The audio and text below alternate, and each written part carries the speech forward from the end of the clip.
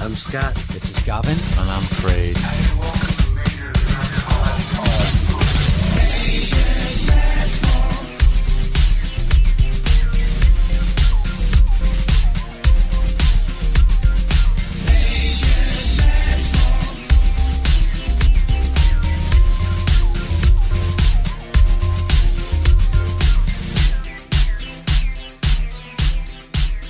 Hey everyone, welcome to the Majors Mess Hall podcast. This is episode 75. I am Gavin, we got Craig and Scott as always. And on this episode we've got a fantastic guest. He is from the Netflix show The Staicase, which is a fantastic documentary. In 2001, novelist Michael Peterson's wife died, and he claimed she perished after falling down the stairs at their home. The medical examiner, however, determined that she had been beaten with a weapon, which led to Peterson becoming suspect to what would become a murder investigation. The series, which begins with 8 episodes in 2005, before being updated in 2013 and 2018, follows the investigation as it proceeds from Peterson's arrest to a verdict being reached in the ensuing trial. The real-life courtroom thriller offers a rare and revealing inside look at a high-profile murder trial and an examination of contemporary American justice. And our guest from that show is, Scott? Criminal defense attorney, David Rudolf. He was Michael Peterson, the person that Gavin was just talking about.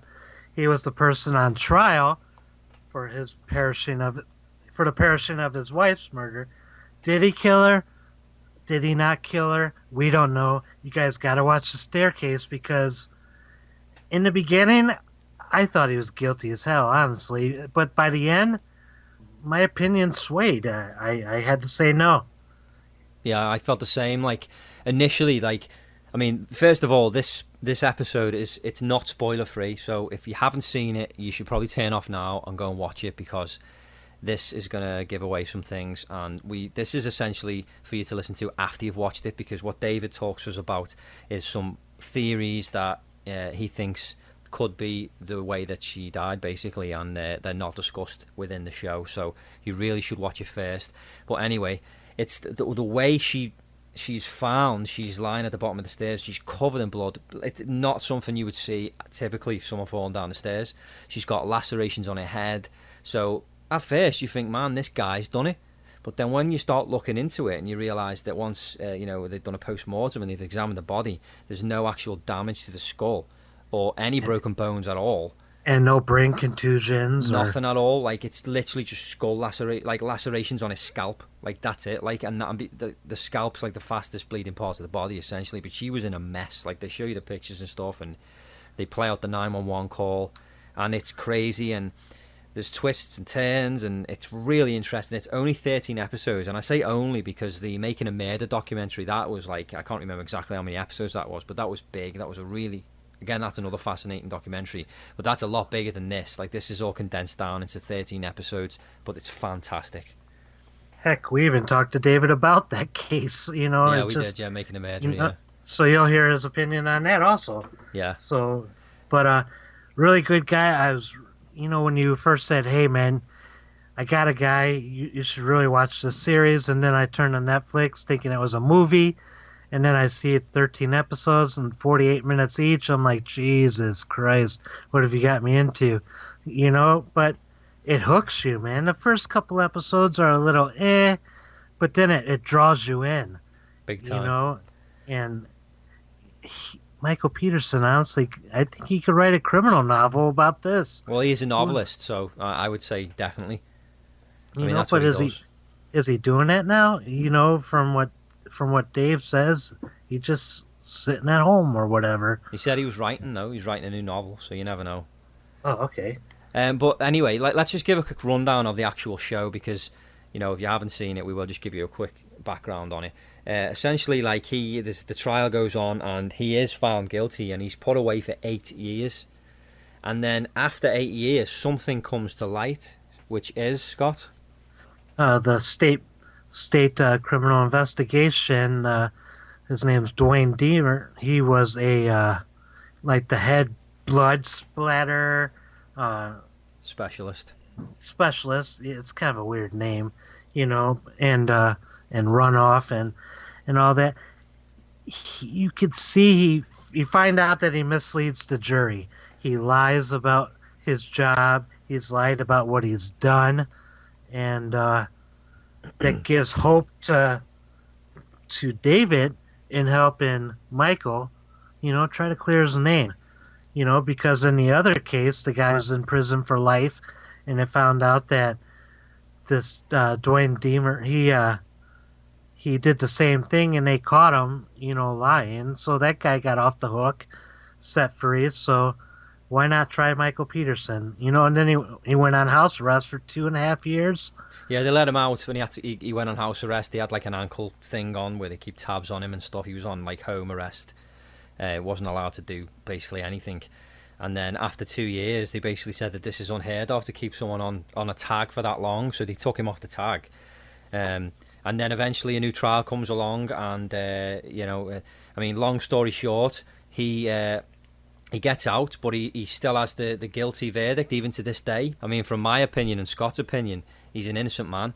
I mean, there's no way he committed this murder. Absolutely not. Especially after talking to David. Now, what you're going to hear, he gives us an alternate theory called the owl theory, which is just, we won't talk about it now, but I just think that that's definitely what happened. And after he told us about it, it totally made sense, man. And again, we're not going to spoil this owl theory because we can't do it justice. So we'll let David explain it in the end when you ask him. So this is a good interview, guys. And if you like that criminal twist stuff and who done it, this is the episode to listen to. Definitely. So we'll go through to that now, and then afterwards we'll discuss it, and we will have some more crazy chat, and we'll even let Craig speak before he says anything. So let's go through now to our interview with criminal defense attorney David Rudolf from Netflix's The Staircase.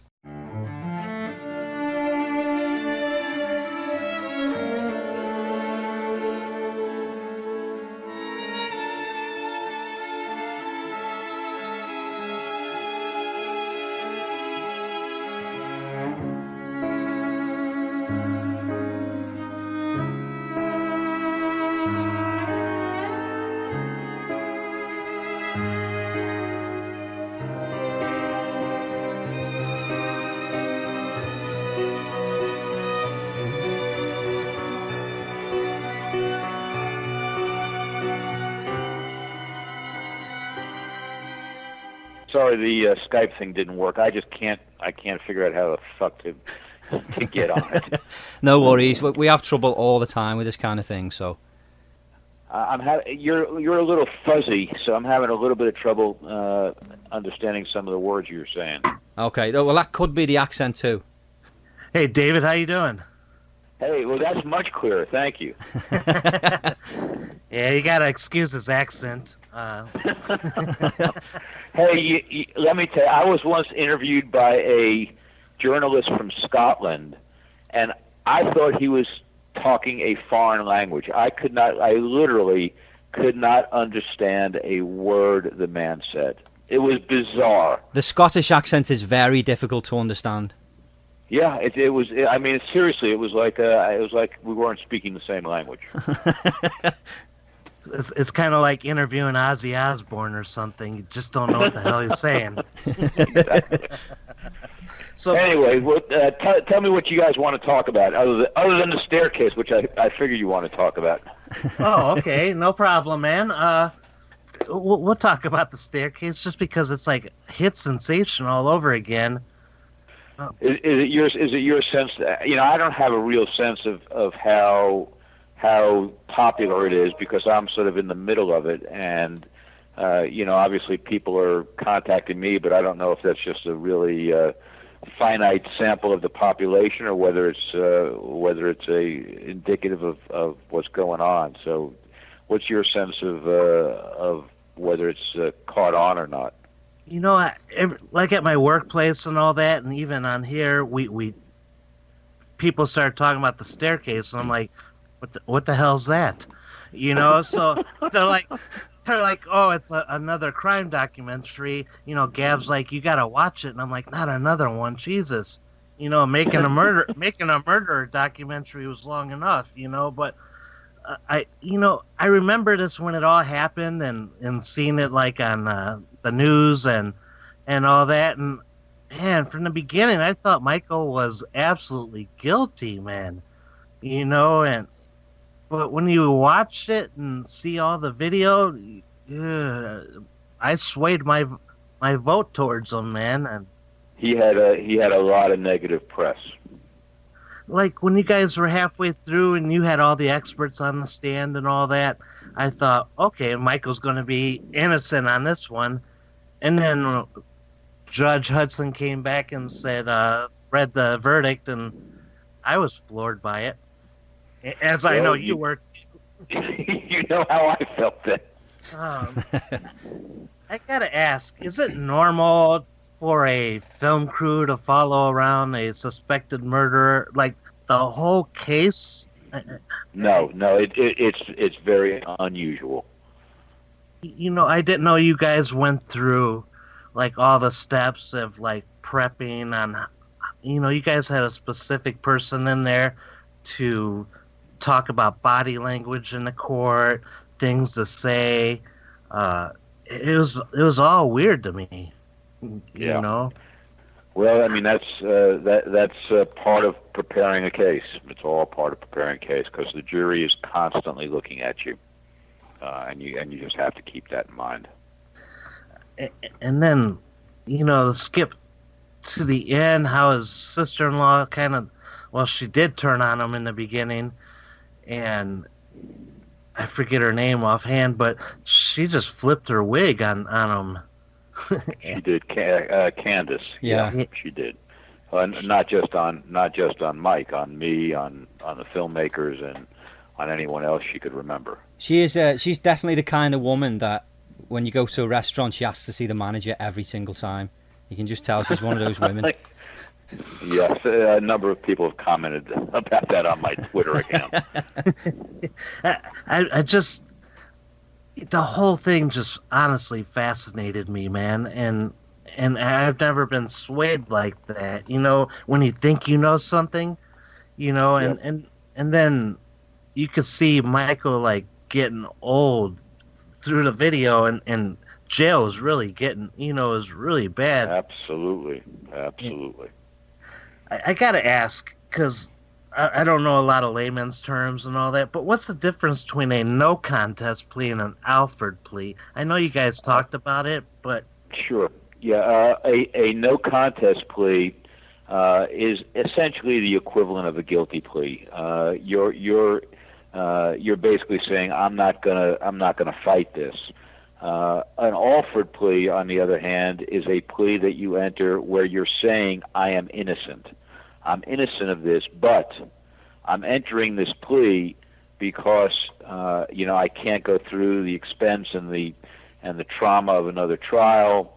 I'm 72 years old. I don't trust the system.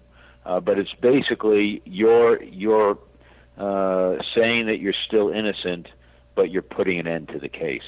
And then so it's a subtle difference, but it was an important difference to Michael.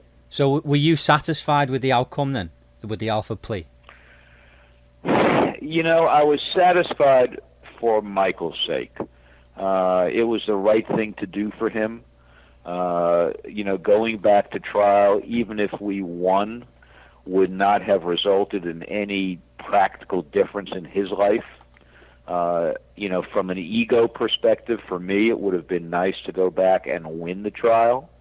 But I had to put my ego to one side, and the right thing to do for Mike was to put an end to the case.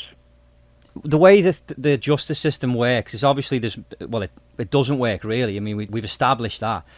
Does that ever made you feel like throwing in the towel and just giving up your job and finding something else to do? Does it ever put you off? That's an interesting question. My wife and I have talked about that a lot because she's a criminal defense lawyer as well, and sometimes she feels like she's just a cog, in the machine. But I've never felt that way. I've always viewed myself as the sand in the cog of the machine. To the extent I can make even a little bit of a difference in the lives of whoever my clients may happen to be, that's a pretty important thing to me. So, even if my client is found guilty of something, but I can save him some years off a sentence, or he is guilty, but I can negotiate an agreement that is less onerous than it otherwise might be. I feel like I've done something for somebody. I mean, to the same extent that I guess a doctor who treats cancer patients, also can feel like he's doing something worthwhile, even if his patients don't ultimately recover. So I've never really felt like I wasn't making a difference in the lives of people, and that was what was always important to me. What made you want to come back to do everything again after you called Michael and told him, that you just couldn't do it? It was really watching the hearing where, they tried to get the charges dismissed, and Mary Jude Darrow was the lawyer who was representing Michael at that time. The lawyer who I had recommended, Mike Klinkison, had had a stroke. And so I hadn't selected Mary Jude Darrow. I didn't know who she was. And I watched that hearing. And then the next morning, Mike Peterson called me, and he asked me if I would get back involved in the case. And I just felt sort of a moral obligation at that point to help him. And so I did. Do you ever get sick and tired of of talking about this case? Because obviously, I mean, it's been many, many years, and obviously with it being released on Netflix, it's got to take its toll on you a little bit. I didn't much enjoy talking about it between 2003 and 2011. It was a real burden on me during that whole time period. Once we got him a new trial, that burden was really lifted. And I don't mind talking about it now, especially in light of the Netflix documentary, because for me, the purpose of the documentary is really not to examine whether Michael is guilty or whether the case has not been proven against him.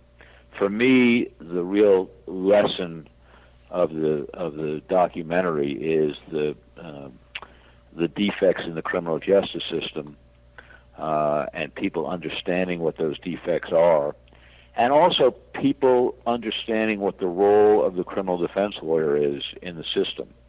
Because I think a lot of people really have negative impressions of what criminal defense lawyers do. We get the question all the time, how can you defend those people? And so for me, what's really important right now is that people are talking about what they see as the problems in the criminal justice system. And second of all, that people are saying, well, gee, I didn't realize that criminal defense lawyers do that kind of stuff. And, I might want to be a criminal defense lawyer.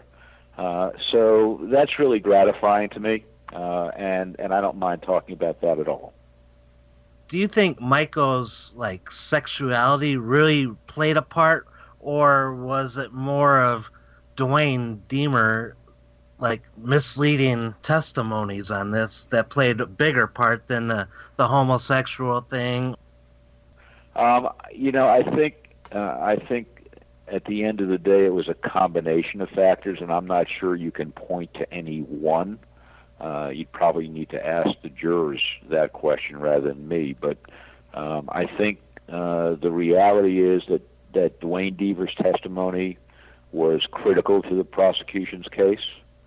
And I think the Germany evidence and the bisexuality evidence served to assassinate Michael's character so that the jury could accept Deaver's nonsense and accept that was proof beyond a reasonable doubt. So I think the two really worked hand in hand. It's amazing how these people get away with stuff like that. You know, like just tampering with evidence and stuff. It's so eye-opening. Like, especially even like with the Stephen Avery case. Like, that was the first time I ever realized that it was so screwed up. It's unbelievable. Yep. Yeah, you know what ends up happening is police officers sort of put on blinders, and once they decide that they're right and they know what happened and they know who did it, then the evidence that's inconsistent with that theory gets ignored. And if they need a little bit of additional evidence to make their case, then they go ahead and fabricate that, because after all, you know, the ends justify the means. This is a bad guy, and so we're just taking him off the street. And that's really what happens. And you know, I think that's frankly what happened in the O.J. case. Not to dredge up that again, but you know, it was clear that there was fabricated evidence in the O.J. case, and I think that's what ended up convincing the jury to acquit him. You know, I don't think it was a question of reasonable doubt so much as it was anger at police misconduct. Yeah. And that's certainly what I think happened in the Avery case. It's just that you had a rural jury who, for some reason, just didn't care. Now, do you think with like everything that's going on in the States, you know, like I mean, everything's being protested and all that, and Blue Lives Matter and all that. Do you think this like adds more fuel to the fire to not trust the law? Well, you know, you talk about fuel to the fire. You know, for me, it's adding light to the darkness. You know, I think that people need to make their own judgments about how much to trust government or the police or anyone else, and they need to make that judgment based on facts. And unfortunately, facts seem to be in short supply these days. Everything gets labeled fake, but you know, there are facts, and there is truth, and there is reality, I think that to the extent, for example, that phone cameras now show that police officers, in fact, shoot black men in the back for no reason, right, as they're running away. I don't see that as adding fuel to the fire. I see that as adding reality to people's experience. Those of us who worked in the system knew that for a long time. Those of you who, didn't work in the system are just finding out about it. That doesn't mean it's just starting. It's happened for a long time. Yeah, it's just one big eye-opener. Yeah, I understand. And that, guess what? Eyes need to be opened. Yeah, 100%. So going back to the Stephen Avery case, I'm just curious, what are your views on that and the Brandon Dassey cases? Well, as far as Brandon Dassey goes, I don't think there's any doubt that he was completely uninvolved in anything. So I just think that case is a complete travesty. I think the lawyer who represented him when he confessed was a fool. I thought that the private investigator was horrific, and I thought the two cops just completely manipulated and took advantage of Brandon, who, as he himself said, was stupid. It may very well be partially autistic. So that's, in my mind, that's just the worst of it. As far as Stephen Avery goes, I don't know enough about the facts to really pass judgment. But what was clear to me from watching the documentary is that that key got planted in his bedroom. Yeah, 100%. And if that happened, then I believe that the blood got planted in the car. And so once that starts happening, how can you trust anything, any of the evidence that the prosecution's putting forward? So for me, it's not proven. It's not so much that I necessarily know that he's innocent or think that he's innocent. It's more you didn't prove it, and so I think that's the equivalent of a not guilty. Do you think either of them will ever get out? Boy, I don't know. I was really hopeful that Brandon would get out when he finally won his habeas. Yeah. And the fact that the appeals court reversed that, and then the Supreme Court refused to hear it, was really disappointing to me. I just think it's pathetic that he's in prison like that. I think he's at least got a shot to get out. I'm told that there are some issues relating to Stephen Avery in terms of hiding exculpatory evidence that are now being raised for Avery, and it'll be interesting to see what that is. Apparently, there was some evidence that would have helped to exculpate him that the prosecution never turned over. Yeah, I heard that they're doing another series of it as well at some point. That's my understanding as well, although I think that's been delayed somewhat. Right. Do you think like document series like this really helps people? It gives people hope. I know. I think it would. That hey, there's something not right here, and if you have a good lawyer like yourself, that it would really help and all that. But there's some lawyers I think that don't care. They just are in it for the money. If that's fair to say.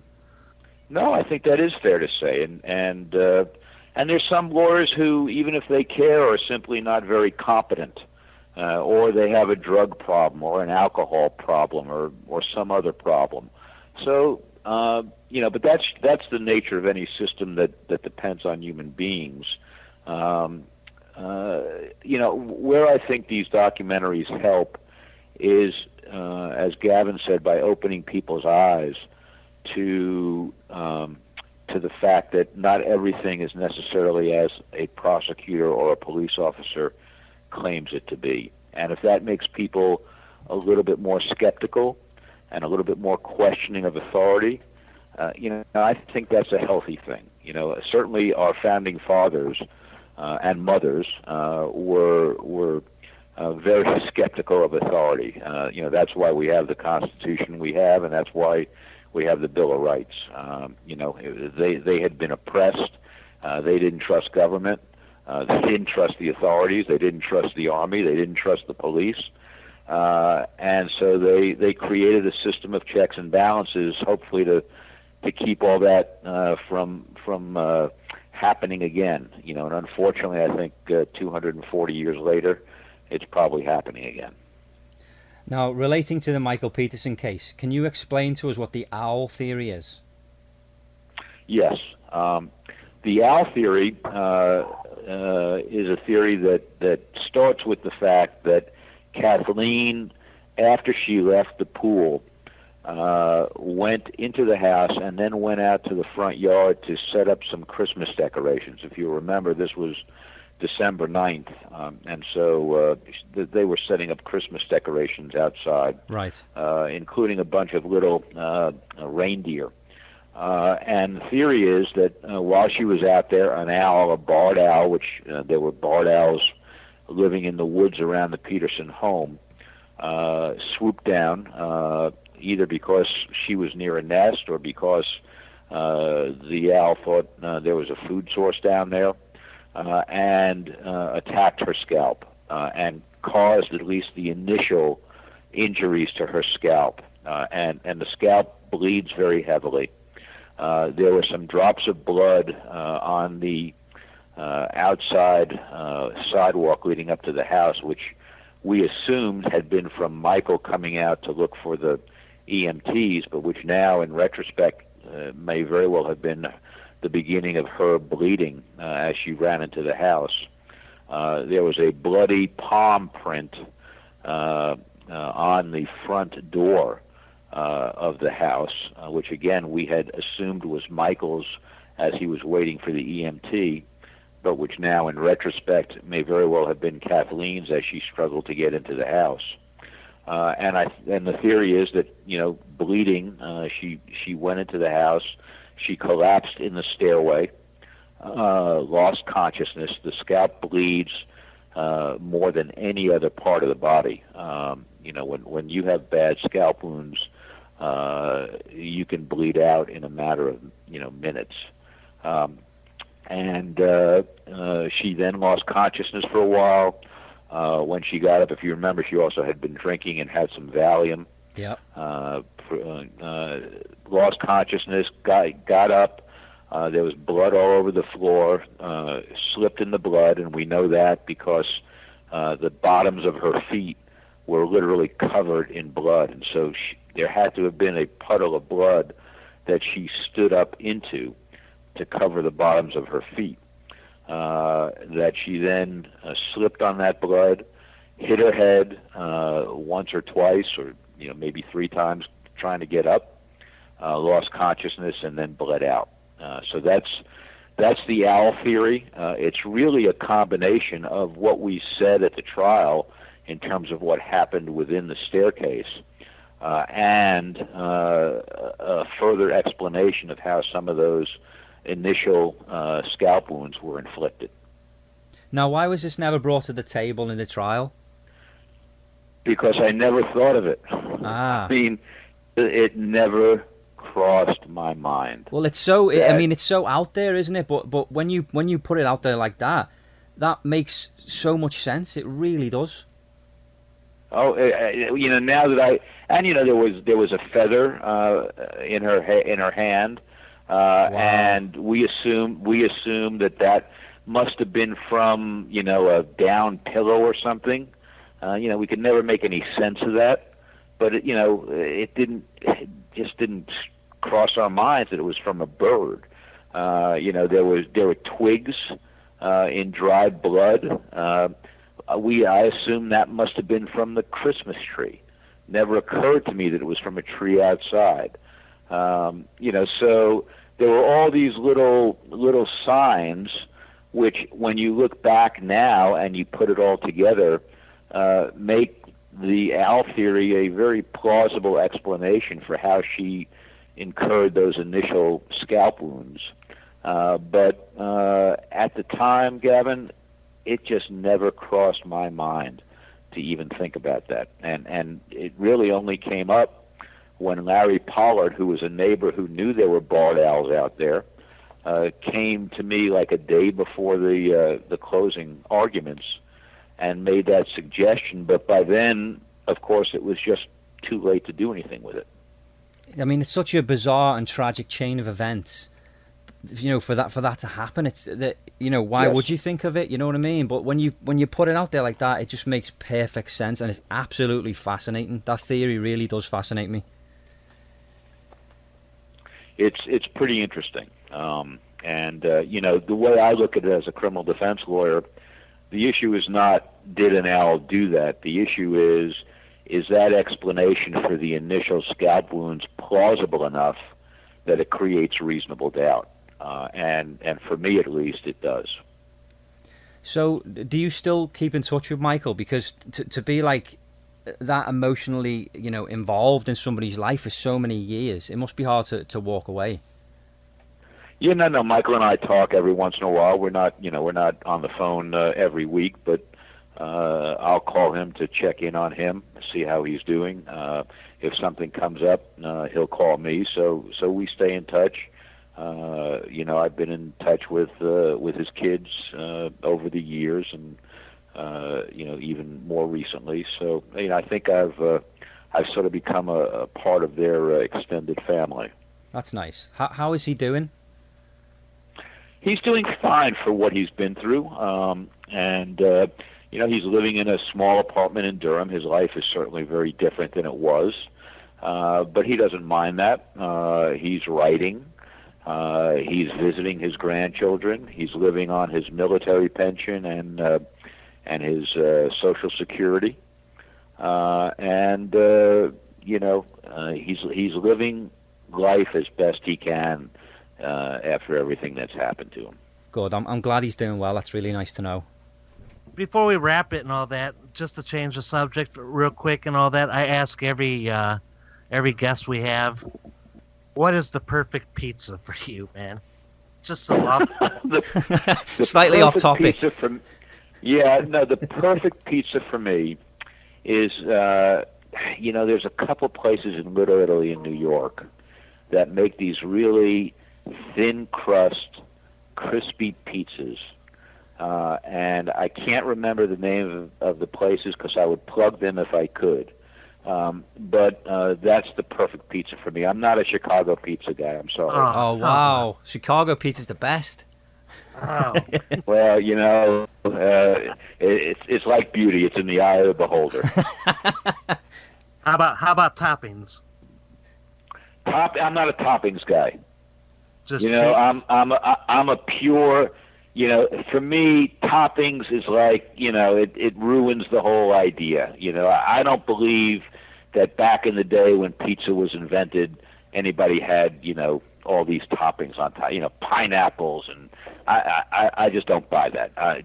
Give me the fresh mozzarella, the really good marinara sauce, a little bit of oregano, some red pepper, and I'm good. So if somebody brought in an extra large pizza with all the toppings on it into the office, would you sit there like a little baby and pick them all off?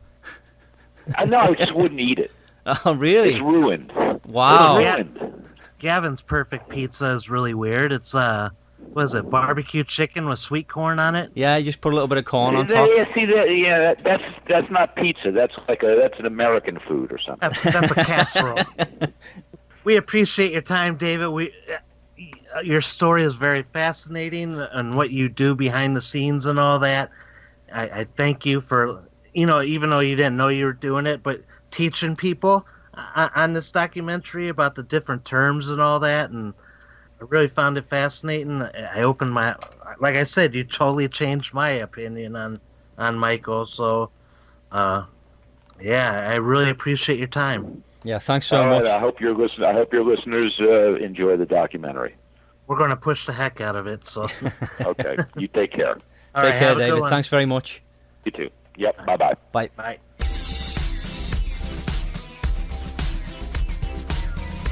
This is Paul Bohill from Can't Pay Will Take It Away, and you're listening to Mage's Mess Hall.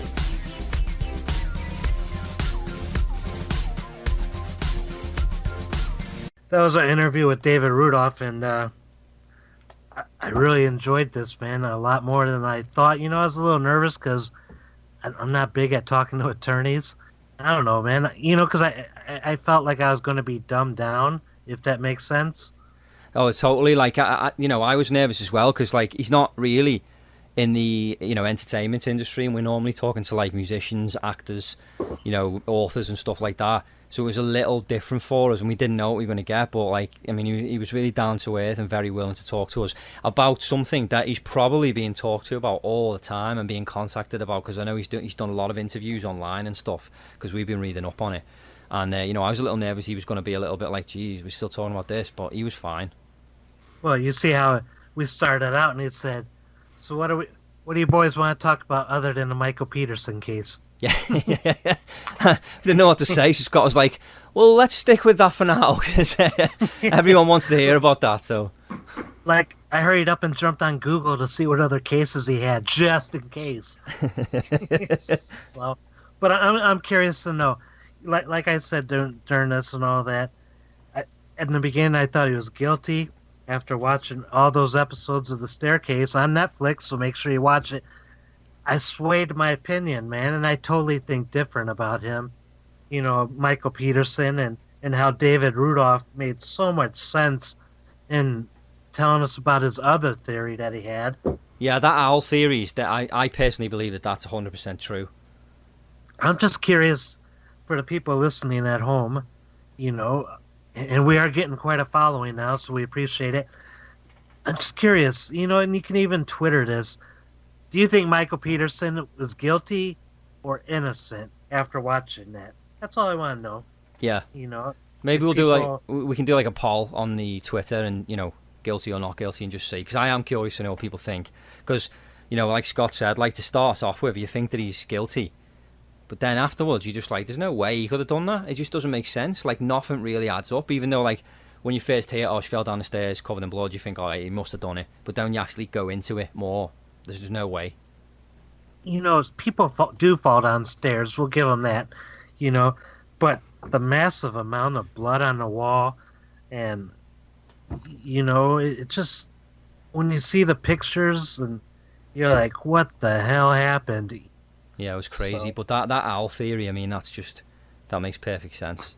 I mean, I never heard about owls killing anyone before, so that was a first. But I mean, it could happen, especially if like you go near the nest. I know the robins around here, they'll swoop you if you go near their nest and you've got eggs in there. Same with a blue jay. Like if a squirrel goes around a blue jay, the blue jay will sweep down and grab the squirrel and drop him. That's nuts. Yeah. No pun intended. And the squirrel's trying to get away, and you see this blue jay grab it and just drop it, man.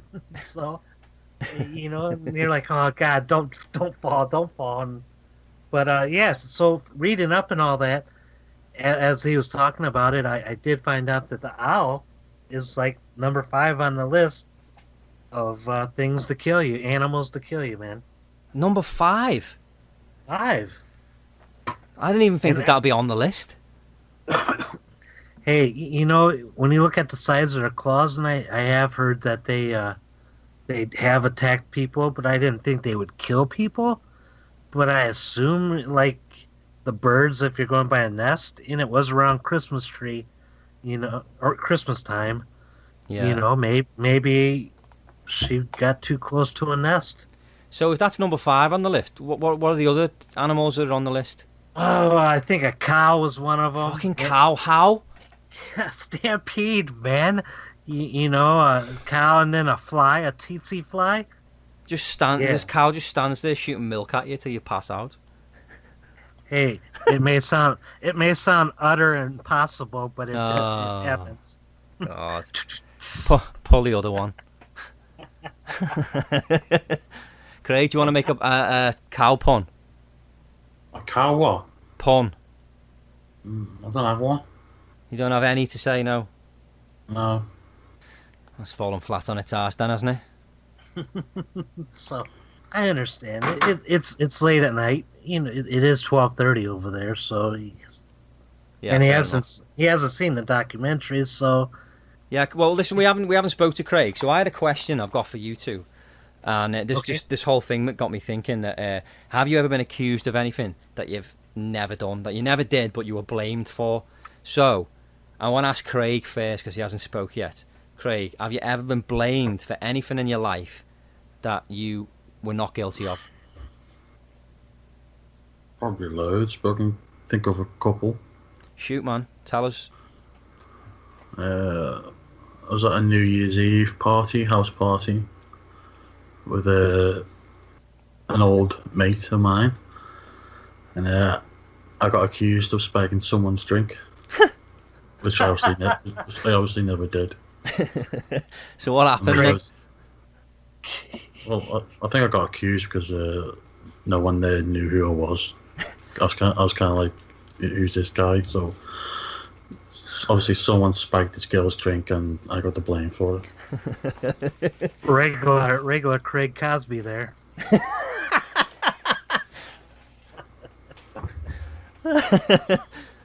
Man, that had to be rough to be accused of that, man.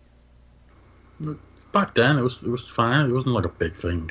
It got sorted the next day. It could have been, mate. Did they kick you out? Did they make you leave? No. The girl did actually, I think she actually did go to hospital. There was an ambulance just after 12 o'clock. So you had there was no evidence at all, apart from the fact they didn't know you, that would suggest you did that? Nothing at all? Yeah. No, that was just that. Okay, so you said you had a few. Have you got another example? Yeah. Fucking always gets brought up porn thing on your computer. Because you did, mate. The cartoon porn. Right, I had this laptop.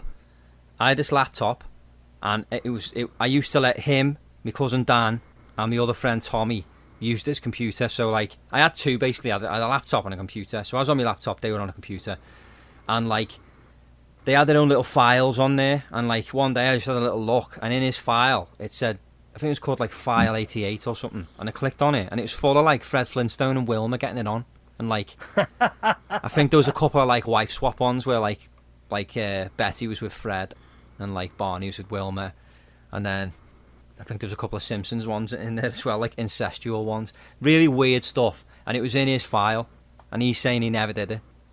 I guarantee it was shut down because he was probably there most of the time doing it. Don't know, mate. He said it wasn't him, and I seem to believe him. You would, wouldn't you? Right, get David Rudolf on the phone.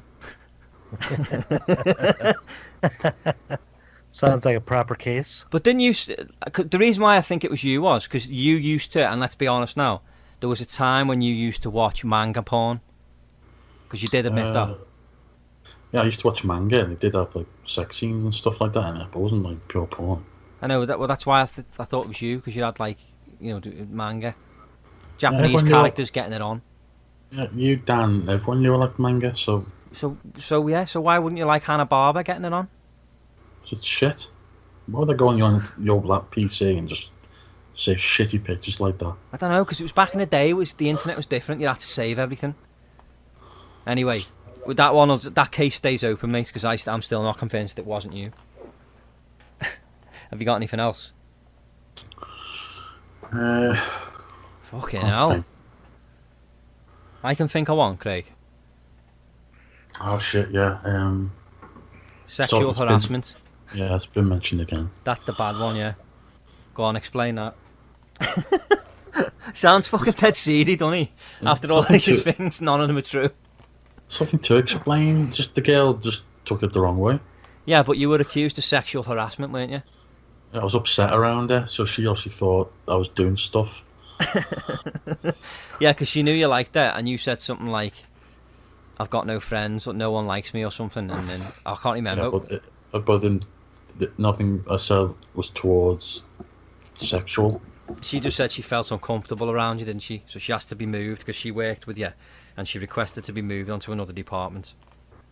She felt harassed.